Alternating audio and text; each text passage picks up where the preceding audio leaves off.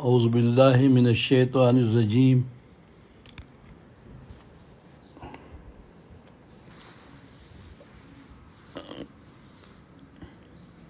النبی اولیٰ بالمؤمنین من انفسہم وازواجہ امہاتہم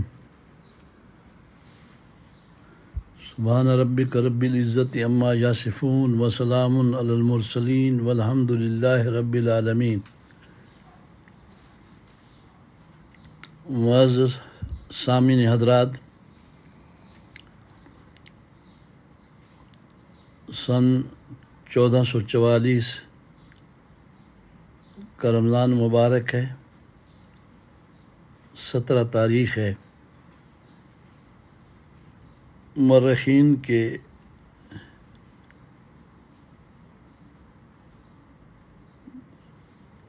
تاریخ کی کتابوں کے مطابق آج ام المومنین سیدہ طیبہ طاہرہ سیدہ عائشہ رضی اللہ تعالی عنہا کا یوم وصال ہے، 17 تاریخ ہے۔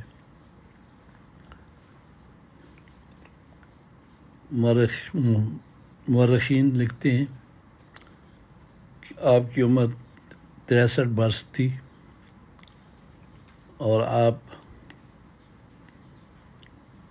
سن 57 یا 58 ہجری میں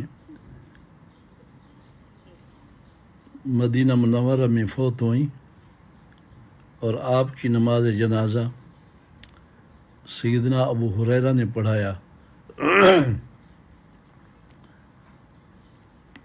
عشاء کی نماز کے بعد، وطروں کے بعد آپ کا وصال ہوا۔ اس مناسبت سے ہم آپ کا ذکر کرتے ہیں۔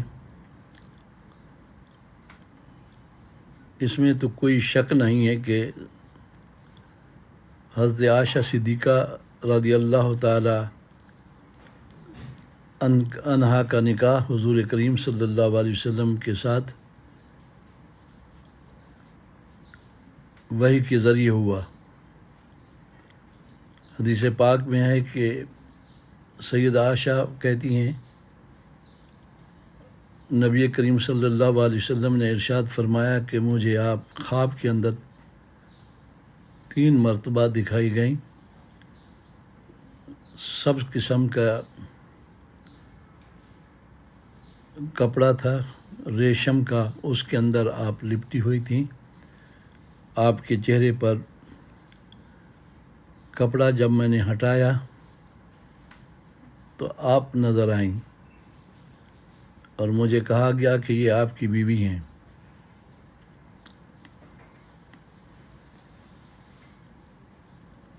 نبی کریم صلی اللہ علیہ وسلم کا خواب بھی وہی ہوتا ہے، تو یہ وہی تھی جو خواب کے ذریعے حضور کریم صلی اللہ علیہ وسلم کو عطا ہوئی۔ اس لیے ہمارے بعض علماء کہتے ہیں کہ حضرت زینب اور سیدہ عائشہ صدیقہ کا نکاح حضور کریم کے ساتھ اللہ تبارک و تعالی نے خود فرمایا۔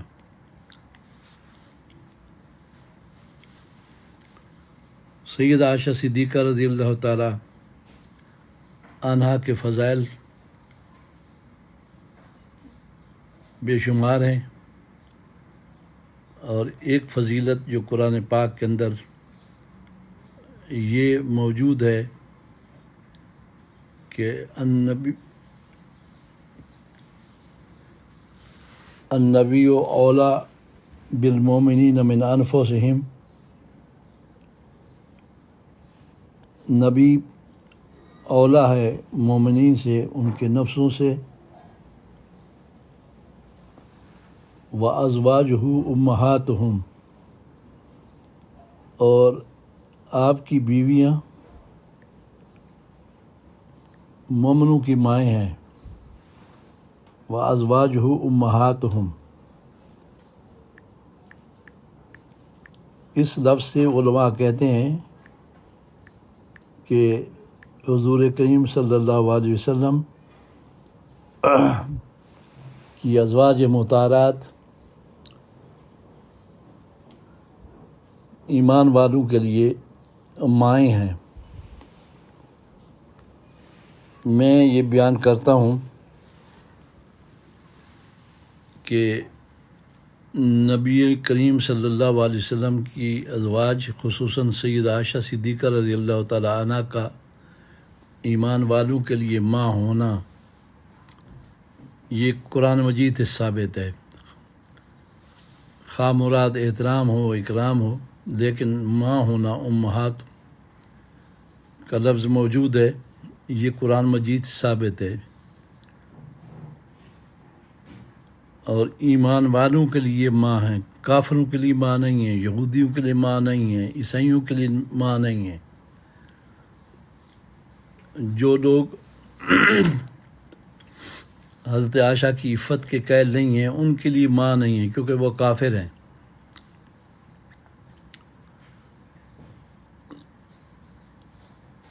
اس پر متفرع ہوتا ہے کہ جو شخص ام المومنین سیدہ عائشہ رضی اللہ تعالی عنہ کی عمومیت کا ماں ہونے کا انکار کرتا ہے، وہ کہتا ہے میری ماں نہیں ہے، تو وہ قرآن کا منکر ہے۔ قرآن کا منکر کافر ہوتا ہے، لہذا وہ کافر ہے۔ یہی فتویٰ ہے ہمارے علماء اہل سنت کا۔ یہ بھی کہا جا سکتا ہے کہ میں اپنی ماں کے متعلق تو یہ نہیں کہہ سکتا کہ وہ میری ماں ہے۔ اگر میں انکار کر دوں کہ وہ میری ماں نہیں ہے تو اس سے کفر لازم نہیں آئے گا۔ اگر میں یہ کہوں نعوذ باللہ من ذالک سیدہ عائشہ صدیقہ رضی اللہ تعالی عنہ میری ماں نہیں ہے تو میں کافر ہو جاؤں گا۔ لہذا وہ ایک فرقہ جو بہت بڑا فرقہ ہے سیدہ عائشہ صدیقہ رضی اللہ تعالی عنہ کو ایمان والوں کے لیے اور اپنے لیے ماں نہیں مانتا تو قرآن کا منکر ہے۔ اس آیت سے ثابت ہوتا ہے کہ ام المومنین سیدہ عائشہ صدیقہ رضی اللہ تعالی عنہ حضرت علی کی ماں ہیں، سیدہ فاطمہ الزہرا کی ماں ہیں، حسن حسین کی ماں ہیں، مومنین کی ماں ہیں۔ اور مومنین ذکر ہے لیکن مراد مومنات بھی ہیں، جیسے کہ مفسرین نے لکھا ہے۔ تمام مومنین، تمام مومنات جو ایمان والے ہیں ان کی ماں ہیں حضرت عائشہ صدیقہ رضی اللہ تعالی عنہ۔ باریکی اس میں یہ ہے کہ اگر کوئی شخص اس کا انکار کرتا ہے تو وہ اسلام سے خارج ہو جاتا ہے۔ آپ خود بیان کرتی ہیں کہ ایک دن نبی کریم صلی اللہ علیہ وسلم نے ارشاد فرمایا، اے عائشہ یا عائشو، محبت کا لفظ تھا، ھذا جبریل یقرئک السلام، ھذا جبریل یقرئک السلام، یہ جبریل ہے سامنے، آپ کو سلام کہہ رہا ہے۔ قالت وعلیہ السلام ورحمۃ اللہ، انہوں نے جواب دیا کہ اللہ کا سلام ہو اس کے اوپر اور اللہ کی رحمتیں ہوں اس کے اوپر۔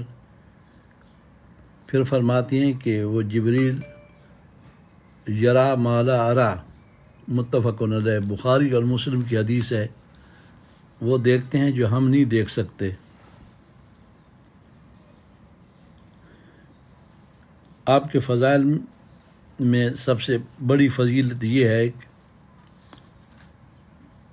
کہ آپ کے برات کے لیے جب منافقین نے آپ پر تہمت لگائی تو خود اللہ تبارک و تعالی نے سورہ نور کے اندر تقریباً 18 آیات نازل فرمائیں، جن میں حضرت عائشہ صدیقہ رضی اللہ تعالی عنہ کی برات اور عفت اور پاک دامنی کا ذکر کیا گیا، اور منافقین کو اور الزام لگانے والوں کو سزائیں بھی دی گئیں۔ اور دھمکی بھی دی گئی کہ اگر ایسا دوبارہ کرو گے تو پھر تمہیں اللہ کا عذاب پا لے گا۔ لہذا جو لوگ ام المومنین سیدہ عائشہ صدیقہ رضی اللہ تعالی عنہا پر اب بھی الزام لگاتے ہیں، ڈریں اللہ کی ذات سے، ہو سکتا ہے کہ اللہ تعالیٰ ان کو عذاب میں مبتلا کر دے، دنیا کا عذاب، اور آخرت کا عذاب تو ہوگا ہی ہوگا۔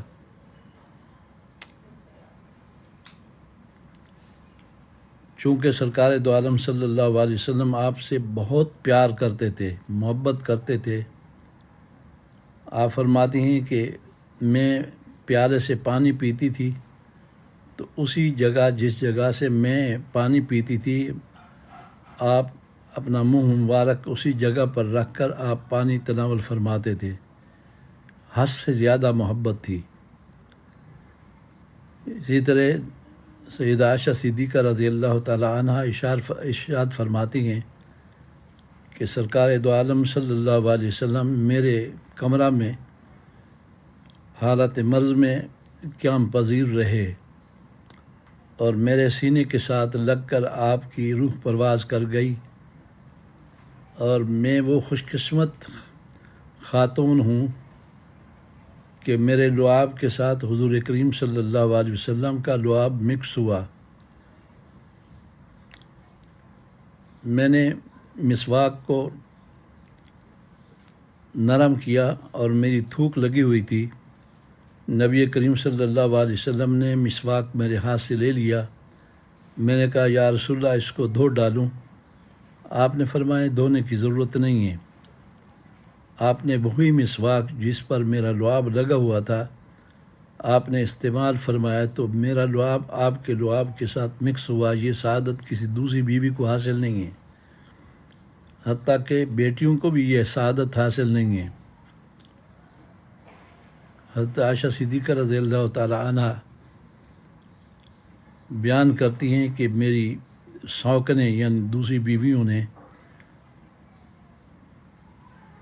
حضرت ام سلمہ کو بھیجا کہ جو سرکار دو عالم صلی اللہ علیہ وسلم سے ہماری طرف سے عرض کرو کہ لوگ حضرت عائشہ کی باری میں ہدایہ بھیجتے ہیں،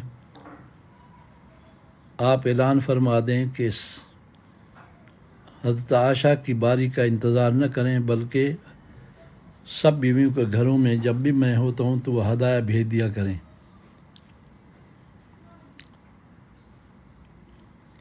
حضرت ام سلمہ نے جا کر عرض کیا تو حضور کریم صلی اللہ علیہ وسلم نے ارشاد فرمایا، اے ام سلمہ لا توزینی فی عائشہ، یہ متفق الحدیث کے الفاظ ہیں، عائشہ کے متعلق مجھے تکلیف نہ دو، ایذا نہ پہنچاؤ۔ یعنی اتنی سی بات سے بھی نبی کریم صلی اللہ علیہ وسلم کو ایذا پہنچتی تھی، آپ برداشت نہیں کر سکے۔